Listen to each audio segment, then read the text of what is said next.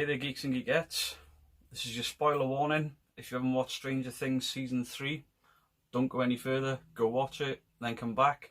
That's the only warning you're going to get.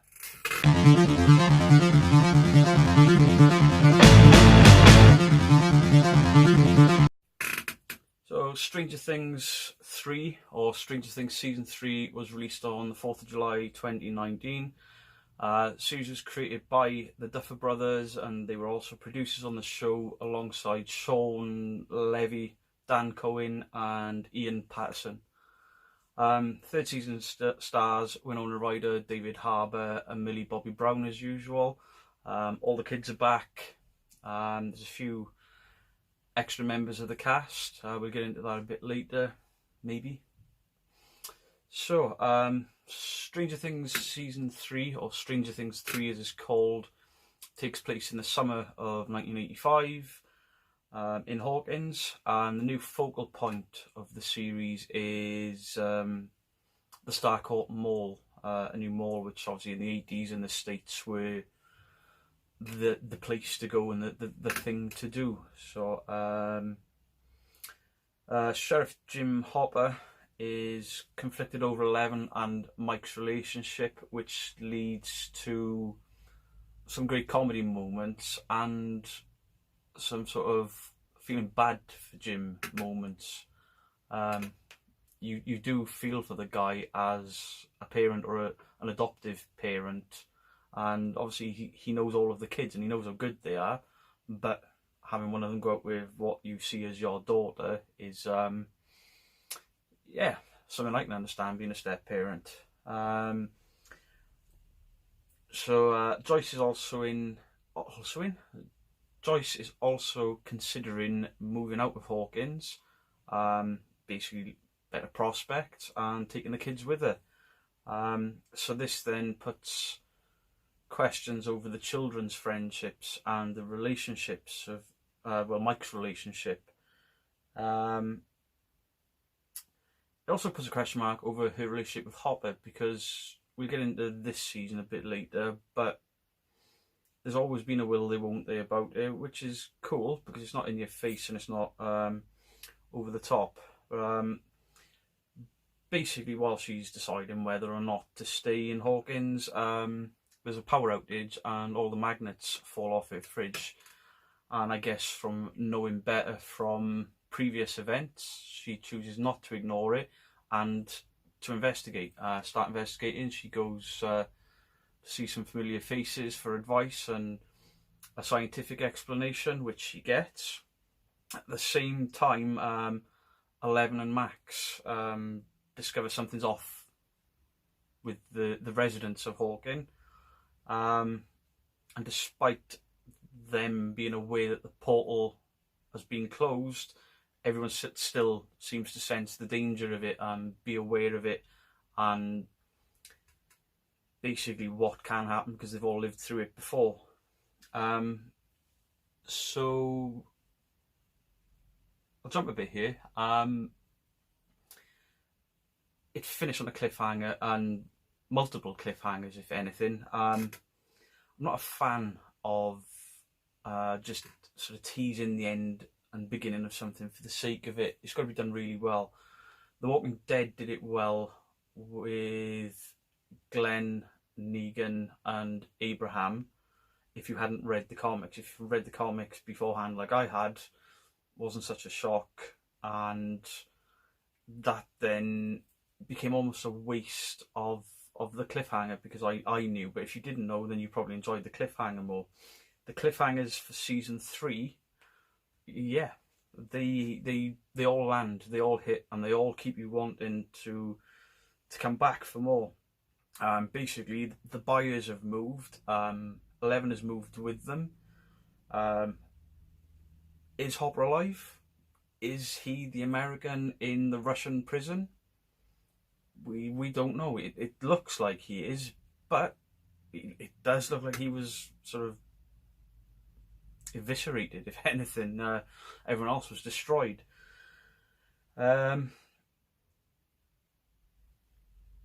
Also, we had the Demogorgon at the end, the Demogorgon is back. It looks like the Demogorgon is in Russia where Hopper is. So it's built it up. Sorry, to a larger, or the next season seems to be like a larger event. The first and second season were like the budget limited what they could do, and now the budget has obviously gone up. Then they can go international even. The threat is far more dangerous because the Demogorgon's back, then everything else can come back, and that's obviously a big cliffhanger in itself. Satisfying ending. Obviously the Hawkins crew saved the world again. Moving on to bigger things, but obviously we haven't seen the last of the Upside Down, and with them split around the USA and potentially Russia, things have just got the room to grow to an epic sort of scale. Right, so we'll get back into the actual show side of it. Basically, when you have a show about kids growing up, obviously children in real life grow and you can't stop that. So in the show, the characters have to grow as much as the children actors do, and they've done it phenomenally. None of the characters have stayed exactly the same. None of them have not grown. One maybe have grown a little slower than the others, but yeah, it's handled beautifully, and I think the stories were sort of age appropriate, as in the young romance with 11 and Lucas. Sorry, Mike and 11, or L, and then Lucas and I have gone completely blank. No, it's gone. So yeah, Mike and Al, Max and I can't remember his name. Lucas. We call him Lucas for now. I'm sure that's wrong. Yeah. Even Dustin sort of had his teenage love. It was all from a distance, but he was in love. He was growing, young love even. So the love you get as a teenager for another teenager, and that was cool. There was obviously the relationship with Steve, and I can't remember her name. But anyway, Steve gets attracted to a girl that he ignored in school, and as he confesses his feelings, she then confesses that she's actually gay and was only jealous of him because of a girl she had a crush on, sort of only paying attention to Mike. So it was cool, and that was handled sort of really well. I mean, the 80s were a different time, and I don't know if that's how it would have gone down in the 80s, but it was cool, and it was handled really well. There's also something with Will, like Will hasn't matured as quickly as his friends. He still wants to play Dungeons and Dragons. He's still dressed up and role playing even, and his friends are not interested because of their relationships with girls, and everything has changed because Elle and Mike are sleeping around behind Hopper's back. Max and Elle pushing the boys aside to have girl chat, and boys pushing the girls aside to have boy chat, and boy talk, girl talk, spying, and it makes it all relatable to us because we were those kids. I mean, if you're my age, you were those kids at almost that age. They're a little bit older than I was in 1985, but yeah, I mean, I grew up in the 80s. I was a child in the 80s and 90s, so yeah, very relevant, or relatable, sorry, very relatable. And again, the characters acted and spoke in a way that I think I did when I was their age, when I was sort of approaching my teenage years.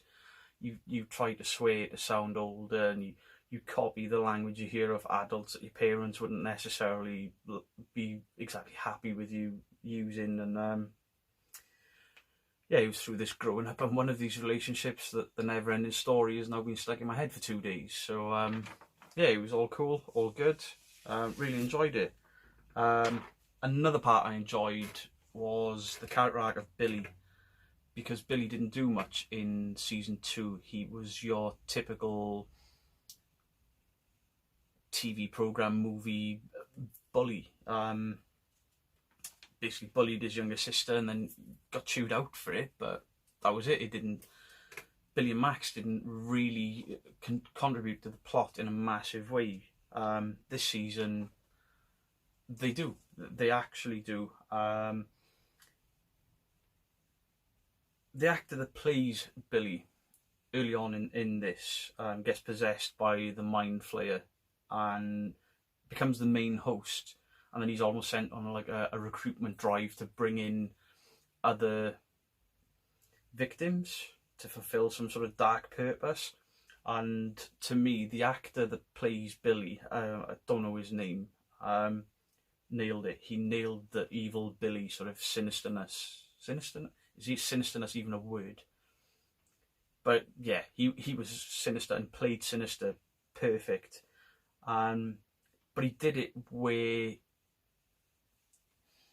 there was a vulnerability to him, there was depth to him, and then obviously with the ending of Billy's arc and the story, when he sacrifices himself, it's on paper it sounds like a typical villain sacrifice for the good of the good people or the good team, and most of the time TV shows in Hollywood get it wrong. This time it was the perfect end to Billy's story, the perfect end to his arc.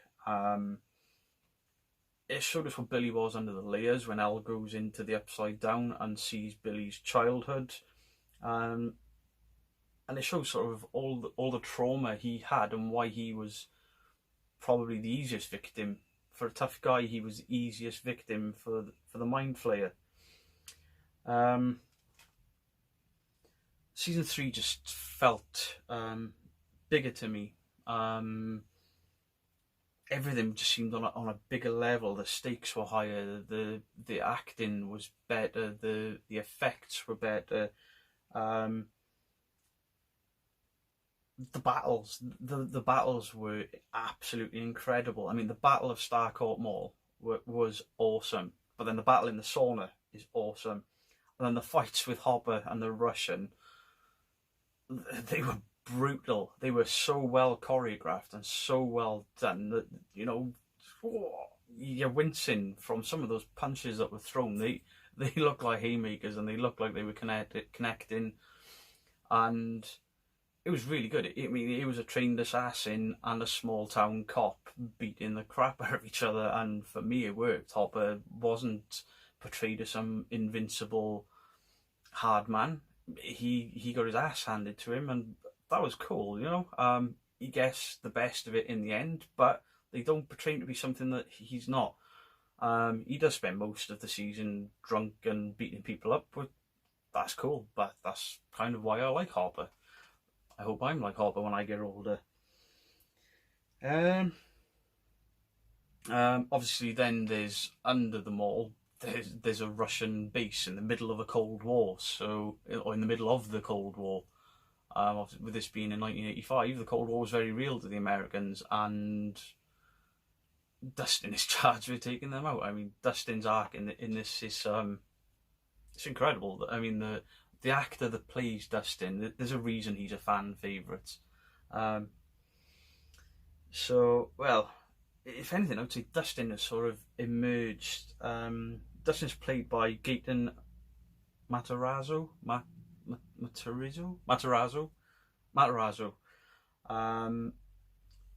He's always been the most interesting member of the group. Not just because of his teeth, but because of his confidence in his geekiness and his nerdiness. A crazy confidence. He doesn't see the world like other people, and that's really cool, especially for us geeks. Season 3 is taking it to a whole new level. He came back from science camp, a changed character, I would say a changed man. or definitely a changed boy on the way to becoming a man. Um, and he goes on a journey to the center of the earth in a falling elevator, um, and it's incredible. Um, let's not forget there was a 30-foot killing machine running around as well. We go back to that. Yeah, but Dustin seemed wiser, and he came across as a leader, almost as the leader of the younger sort of cast members. He was in a dire situation, fighting his own version of the Cold War, but it wasn't so cold. And yeah, he really stood up and came through, and the older kids ended up relying on him to save them. I mean, they were right in it until Dustin saved them. Also, there was a sort of a rise of some other characters. Sorry, it's really hot again. Season 2, the character of Max, to me, like a brother Billy, felt wasted. And season 3 just knocks her character arc out of the park. Max and Erica, if anything. Obviously, the show started off as a season about 4 boys plus Elle, and then the other people sort of sit around the fringes and have their own stories going on. And then season 2 introduced this tomboy skater girl, and that was cool. I got quite excited for another female to be added into the mix with the boys, and it didn't land, or didn't land for me. But season 3 is done right by Max. She's beyond just being Billy's bullied, trodden down little sister. Obviously, she's in a relationship. She's formed a close friendship with Elle, and she's given her relationship advice. She's giving Elle advice on being herself, going out, picking what she likes as opposed to what Hopper likes or what Mike likes. It's helping Elle develop her characters, and she introduces her to the wonders of an 80s shopping mall and the wonders of Ralph Macchio, the Karate Kid. And for nostalgia, for people my age, that's great. But to watch the characters grow, brilliant. And then obviously we've got Erica. Season 2, she was a breakout character who was limited in her screen time. Very increased presence this time was needed, not only needed but natural, and it was something I think we all knew was going to happen, and it had to happen because we all loved the character of Erica. I was concerned at one point they were going to leave her just as sort of comedy value in scoops, Ahoy scoops even, but that didn't happen, and that was great. She got dragged along for a much bigger story, to the point where she's crawling through air ducts, John McClane style. It was perfect, and as was the slow realization of the nerd culture, that nerd culture is actually cool, whether she likes it or not. She was into nerd culture because of My Little Pony, something I wouldn't have assumed was nerd culture, but Dustin explains it well. And then we've got Elle's empowerment, and I know that might sound odd that I've said Elle's empowerment, given that Elle actually loses her powers at the end of the season. But prior to that, she sort of discovers an inner strength, something she'd been lacking before.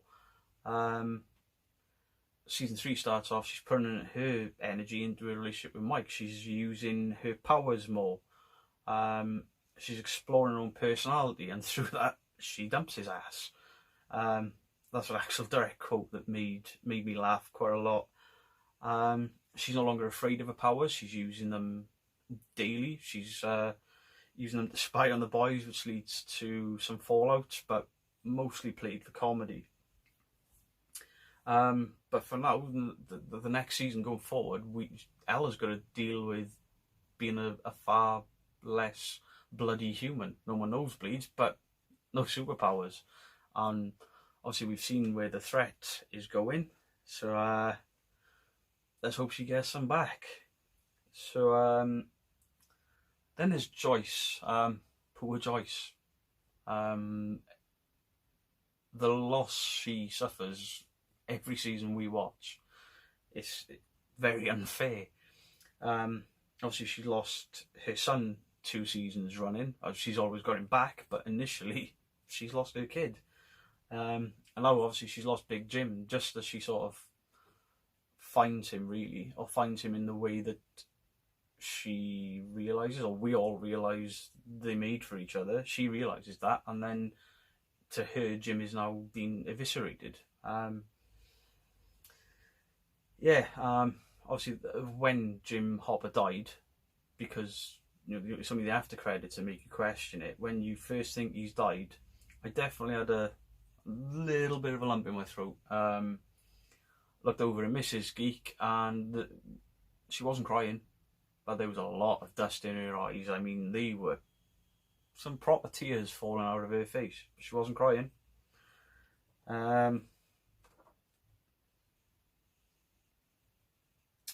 So the after credits scene then,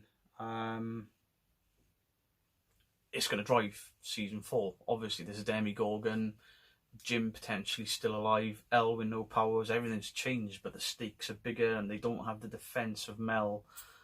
Jeez.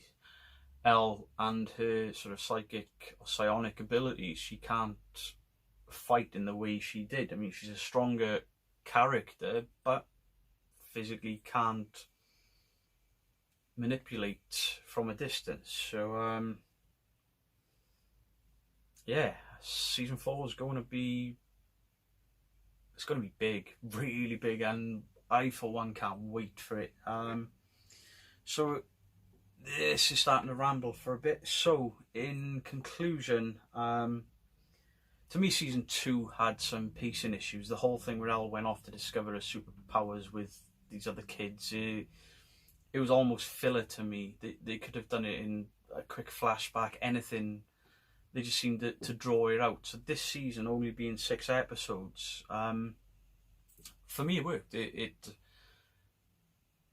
When it finished, I'm like, there's got to be more episodes, and there wasn't. It left me wanting more, and that's good. That's what they should be wanting. After season 2, there was a question mark whether season 3 would be any good. Well, dare I say it, Stranger Things season 3 was by far the strongest season. It was better than season 1, far superior to season 2. I don't think I can find anything to complain about with it.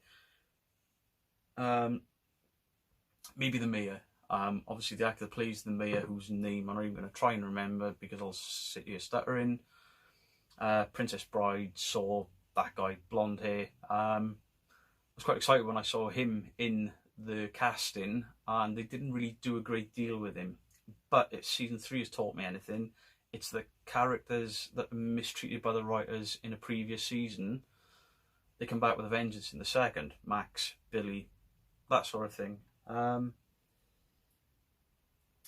So yeah, I'm hoping they correct that, because I actually like the actor, and they could have done more with the character instead of him just being like this snivelling guy scared of the Russians. There should have been a bit more to him, maybe a few more layers, because the guy is an incredible actor. So let's hope they sort that in the next one. There was even musical numbers. Obviously, Dustin and Susie sing their end of story over the radio, and it should have been cringeworthy, but it wasn't. It was really, they could sing. I mean, I know Dustin is, the actor that plays Dustin has done Broadway or stage performances before, so he's got those sort of the singing and acting chops, so that worked. But then later on, there's 2 characters, Max and Caleb. Have I got his name completely wrong again? But they sort of they tease in Dustin about singing the Neverending Story whilst singing the Neverending Story over and over again, trying to get him to sing, and they're really good too. Like, they weren't straight out of tune. I mean, I know they could have edited it or auto-tuned it, whatever, but these two sort of little musical numbers, they worked as part of it. Because when I was a kid, Never-Ending Story and Star Wars were the biggest things on the planet, and Never-Ending Story, that song, as cheesy as it was stuck in everyone's head. It was on the radio, it was on the TV, so yeah, it was cool. Let's hope season 4 isn't the final episode, because obviously these kids are getting older. But doesn't mean they've got to stop it. I know the directors have said they're only looking at 4 or 5 seasons. They could stretch it out as long as the story stays strong and the actors. I don't want them sort of chucking a load of the cast out and then bringing new in to try and continue it with a new generation, or stick with the people we know, the Hawkins residents that we know, because even the smaller parts, Mike's parents, their character arcs are a little bit bigger, a little bit better in this season, and you see some depth to them, especially the mother, how she can go swimming and then rainbow makeup stay on her face. I don't know, but 80s makeup, I guess. So yeah, I want to see the kids continue to grow and continue to be them. We've seen them grow from sort of 8 or 9-year-olds, and now they're almost a teenage. So I'd like to see that continue, and not just the kids, because Hopper has grown as well, unless he's dead. But the guy grew. He was your typical series drunk, depressed cop. And when he took on 11, he changed and he grew. And his note that he wrote to Elle and Mike that was read at the end sort of shows that growth, and that he was uncomfortable with it. He was uncomfortable with showing emotion, probably because of the loss he's had before. So there we have it. I love this season. Personally, I think if I gave it marks of 10, it would be 10. It's it went by so quick. It didn't realise how fast I was watching episodes. Sort of binge through them in 2 sittings. It's done. And the second season didn't do that. The second season almost dragged, and it was only 2 episodes longer, but it suffered for it. So from what I've read online, the general consensus is that Stranger Things season 3 was brilliant. Everyone seems to love it. Some people are a bit, oh, Hopper, but you know, watch till the after credits. As Marvel taught you nothing, end credits reveal all. So guys, thanks very much. This has gone on a little bit longer than I thought, but it's a full season of a show. There's 6 episodes that I've just sort of quickly skimmed over, if anything. So guys, if you're still around, please hit the like, please hit the subscribe, leave a comment. Let's get a discussion going. What did you like about Stranger Things season 3? What didn't you like? What do you want to see in the future? I'll catch you guys soon, hopefully with some more reviews or maybe some more unboxings. I think I've got some more stuff on the way, so I'll catch you guys soon. Cheers for tuning in. Bye.